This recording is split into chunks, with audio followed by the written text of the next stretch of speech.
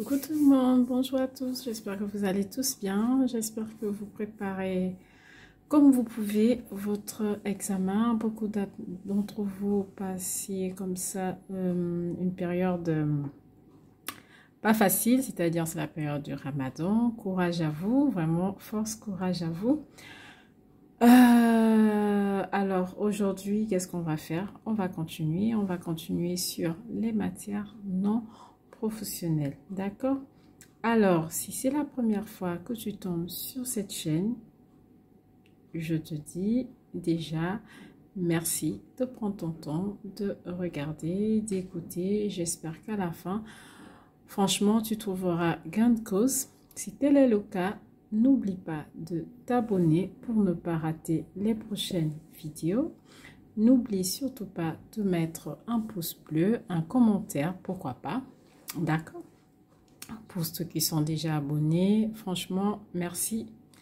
Merci à tous. Merci de votre fidélité. Merci, cela voudrait dire que vous trouvez gain de cause. Je reçois de gentils commentaires et franchement, ça me touche. Ça me fait plaisir de voir que je suis utile à quelqu'un quelque part. D'accord?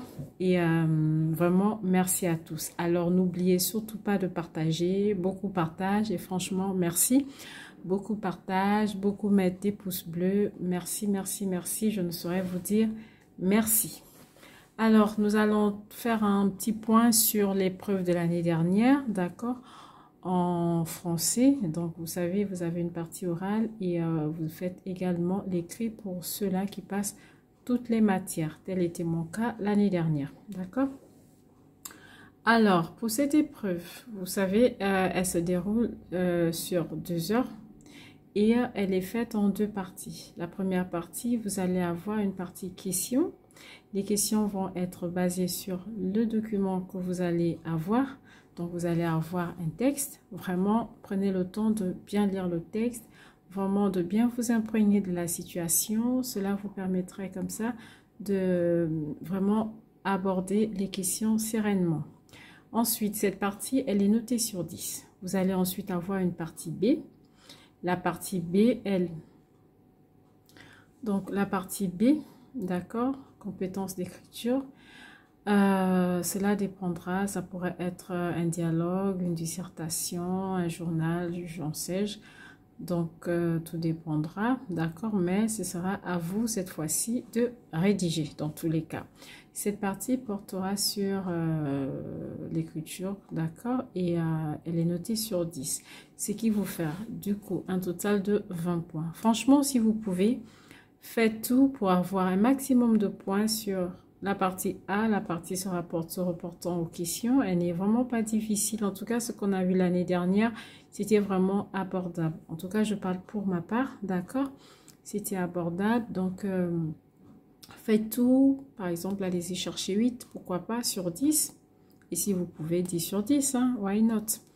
Donc, vous prenez 8 sur la partie A et ensuite la partie B, vous faites une petite dissertation selon ce qui vous sera demandé.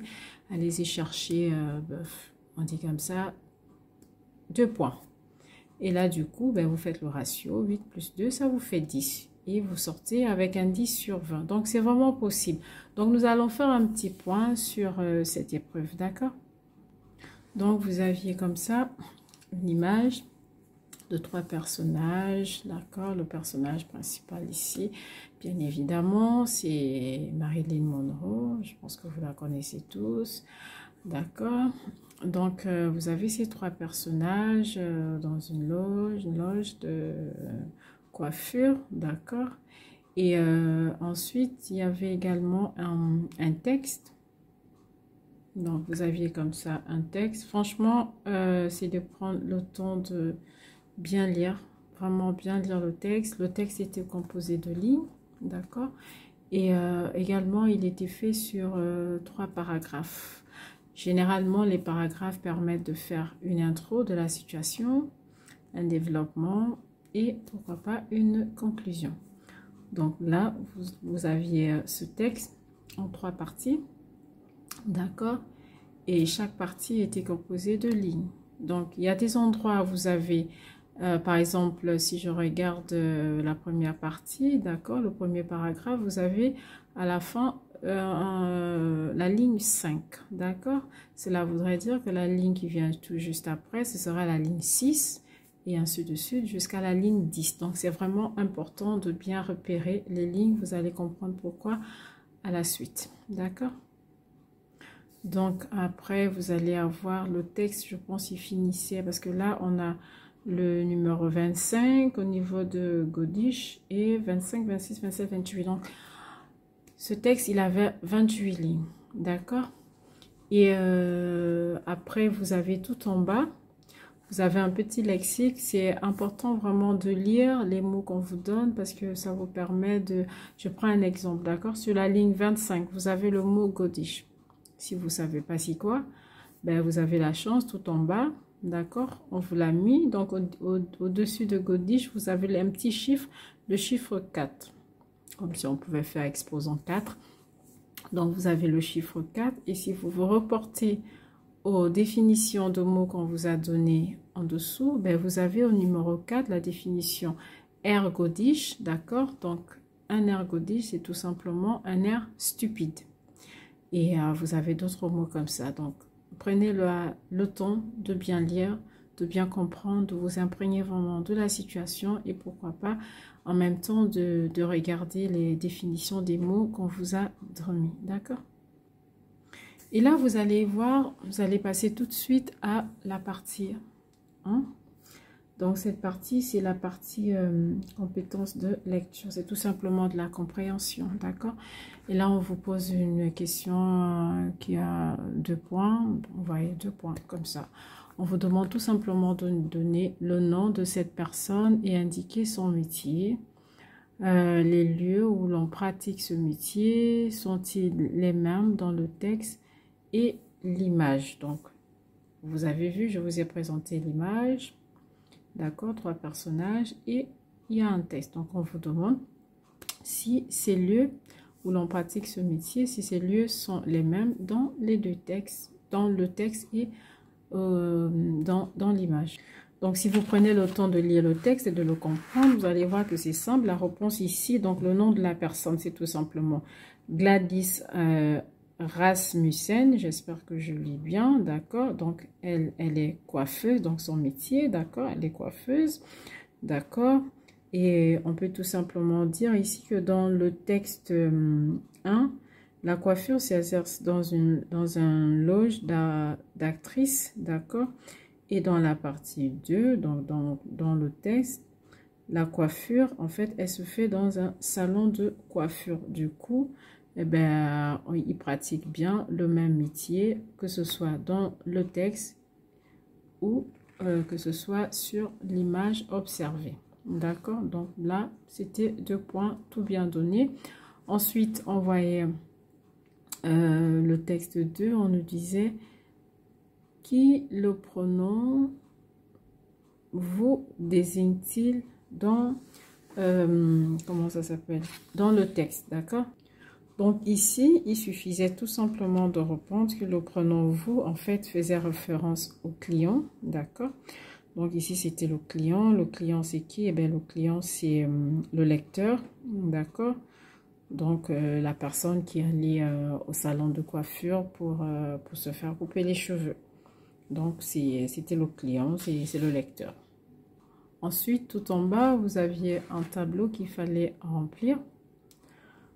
Et dans ce tableau, vous avez ligne A à ligne telle. Donc, c'était à vous de remplir, d'accord, par rapport au geste professionnel du coiffeur. Parce que vous avez une dernière case, vous avez 3 cases, d'accord. Vous avez 3 cases et il fallait remplir. Donc, déjà, dans la case découpage du texte, il fallait tout simplement mettre ligne 1 à ligne 5. Ensuite, dans la case suivante, il fallait mettre, c'était de la ligne 6 à la ligne 16. Ensuite, ça partait de la ligne 17 jusqu'à la ligne 28 qui était la fin du texte. Donc, c'est à ces endroits, en fait, qu'on retrouvait la réponse aux questions. Parce que vous voyez sur la dernière colonne, on demande geste professionnel du coiffeur. De mettre au moins un élément. Si on mettait deux, c'était bon, mais un seul était largement suffisant. D'accord? Donc, lorsqu'on veut répondre à cette question du geste professionnel, il fallait se référer à la ligne. Donc, on pouvait dire que la ligne est quittée de 1 à 5. En fait, dans ces 5 lignes, on pouvait trouver la réponse à la question. D'accord? Donc, ce qui était fait avant la coupe de cheveux. Qu'est-ce qui était fait avant la coupe de cheveux? La réponse à ça, en fait, se trouvait de la ligne 1 à la ligne 5. Et ensuite, il fallait remplir la dernière case en mettant le geste professionnel du coiffeur. Donc, par exemple, là, vu qu'un élément était largement suffisant, donc on pouvait tout simplement écrire ceci. On pouvait mettre qu'il plaçait la petite serviette, d'accord? Donc, il plaçait la petite serviette protectrice. Donc, c'était largement suffisant. Et ensuite, dans la deuxième case, donc ce qu'il faisait pendant la coupe, donc ça, la réponse était de la ligne 6 à la ligne 16. Qu'est-ce qu'on pouvait choisir? On pouvait dire « saisis la tête entre ses mains ». D'accord? Donc ça, vu qu'une réponse était largement suffisante, on pouvait s'arrêter là. Mais après, il y avait d'autres éléments de réponse, hein, à la hauteur de temps, des tempes, et rectifie la position. Donc, il balaye le peigne et des ciseaux reprend. Et le balai du peigne et des ciseaux reprend. De toutes les façons, tout est dans le texte, hein, c'est juste aller souligner et ensuite vous reportez ce que vous avez trouvé dans la case. Je pense à cet exercice, on nous avait demandé de reproduire le tableau et de remplir. Après, ils vous donneront des consignes, d'accord? D'autres, je pense, avaient remis le document. Moi, j'avais gardé le mien. Et sur ma feuille d'examen, j'avais reproduit le tableau, en fait. Et ensuite, dans la dernière case, donc c'était de la ligne 17 à la ligne 28. À ce niveau, les gestes professionnels qu'il fallait mettre, on pouvait mettre « vous a délivré du tablier de nylon qu'il a secoué d'un seul coup ». Après, il y avait d'autres, hein, avec une brosse douce. Il vous a débarrassé des poils superflus. Voilà, donc c'était juste ça et ça vous faisait 3 points comme ça. Et ensuite, vous aviez la question 4, d'accord, pour 2 points. Donc, on demandait si le client à la fin était satisfait et de justifier. Ce genre de questions, faites très attention. On vous demande de justifier votre réponse en vous appuyant sur le texte. Ça veut dire les éléments que vous allez utiliser pour justifier, il va falloir les prendre dans le texte, d'accord? Donc ici, bien évidemment, si vous avez lu le texte, vous allez comprendre que non, le client n'était pas satisfait. Donc, c'est déjà de dire non, d'accord? Donc, le client est-il satisfait de sa coupe? Il faut déjà répondre par oui ou par non. En l'occurrence, dans le texte, c'était un non. Donc, non, le client n'était pas satisfait. D'accord? Et ensuite, on vous demande de justifier. Mais de justifier en vous appuyant sur le texte. Donc, on peut partir dans le texte. Qu'est-ce qu'on voit? On va voir qu'il avait un air godiche, c'est-à-dire un air stupide. D'accord? Il répondait un oui, oui, mais c'était un petit oui. Donc, tout de suite, on voit déjà que la personne n'était pas satisfaite du tout, mais tout simplement qu'elle n'osait pas le dire. Elle n'osait pas dire la vérité au coiffeur, mais elle n'était pas du tout, elle n'était pas satisfaite. D'accord? Donc, il y a plein d'éléments qui montrent qu'elle n'était pas satisfaite et vous relevez ces éléments pour appuyer votre réponse. Et là, vous avez 2 points. Ensuite, c'était la question 5. On vous demandait si vous vous reconnaissez dans le portrait, c'est-à-dire si vous vous reconnaissez dans le portrait qui est fait du client, c'est-à-dire vous partez chez le coiffeur, vous n'êtes pas satisfait et vous n'arrivez pas à dire, vraiment exprimer votre mécontentement, d'accord? Et là, on vous dit, vous vous appuierez sur le texte et sur votre expérience pour répondre à la question. Là aussi, pas de difficulté. Donc, moi, perso, j'avais dit oui. D'accord, je me reconnaissais dans ce portrait du client parce qu'en effet, chaque fois que je me rends chez ma coiffeuse et je suis pas souvent satisfaite, mais et pourtant je repars à chaque fois, bien qu'elle me demande toujours à la fin de la coiffure si ça a été, si je suis satisfaite. J'ai pas souvent le courage de lui dire que je suis pas satisfaite parce que on est souvent un peu gêné ou par politesse, on n'ose pas. Ça dépend des relations qu'on a comme ça tissées avec notre coiffeur et puis ça dépend de notre personnalité aussi. Et souvent, moi, je n'ose pas et bien que n'étant pas satisfaite de la dernière coiffure, ben, j'arrivais quand même à repartir chez la même coiffeuse et repartais toujours... pas satisfaite, d'accord? Donc, vous pouvez comme ça répondre si vous avez déjà vécu des expériences comme ça, vous répondez et vous prenez un peu aussi des réponses dans le texte et comme elle a dit, selon votre expérience, d'accord? Et là, ça vous fait 2 points. Donc, une fois cette première partie terminée, donc vous avez fait de votre mieux, vous avez comme ça, je suis gentille, 8 points, eh ben, vous vous dites, il me reste que 2 points. Ensuite, vous passez à cette partie B, d'accord? La partie B vous dit, vous venez de terminer un travail dans le cadre d'une activité professionnelle de votre choix. Ici, franchement, prenez selon ce que vous faites. Vous pouvez partir sur un travail en crèche ou en école maternelle, d'accord? C'est plus simple de prendre dans son activité professionnelle. Franchement, c'est plus simple parce qu'il peut y avoir des situations qu'on a déjà vécues, d'accord? Donc, partez vraiment selon votre activité professionnelle dans votre lieu de travail. Donc, on vous demande de présenter le travail réalisé au client qui vous l'a demandé. Bon, nous, on n'a pas client patron, mais on a plus un supérieur qui est le responsable de crèche. D'accord? Donc, ici, vous pouvez par exemple faire comment dirais-je, votre dialogue, votre travail dans votre compétence ici d'écriture en mettant le travail à présenter devant votre directrice de crèche, d'accord? Parce qu'il n'y a pas de patron, mais on a au moins un supérieur hiérarchique, d'accord, direct, qui est là. Et du coup, on vous demande de lui présenter votre travail et elle n'est pas satisfaite. Bon, imaginez un dialogue. Donc, ce qui a lieu de faire, c'est déjà de comprendre qu'il faut faire un dialogue, d'imaginer un dialogue. Donc, ce n'est pas forcément une situation vécue, mais vous imaginez comment ça peut se passer.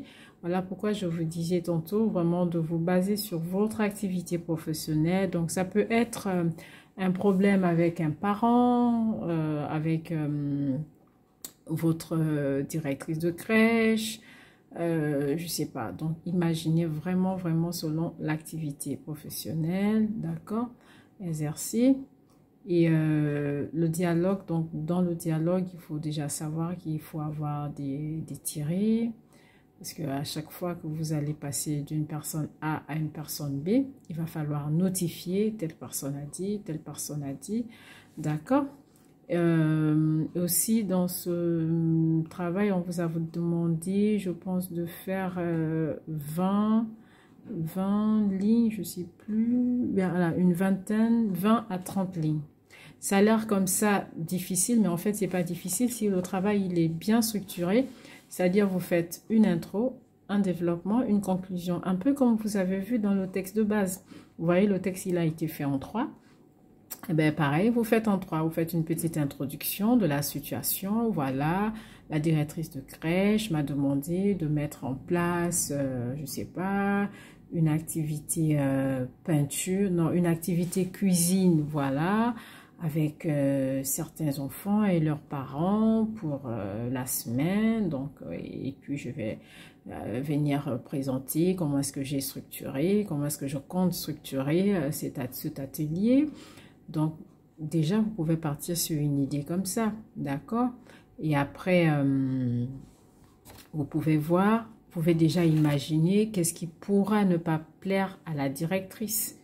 D'accord? Est-ce que c'est l'aménagement que vous allez mettre en place?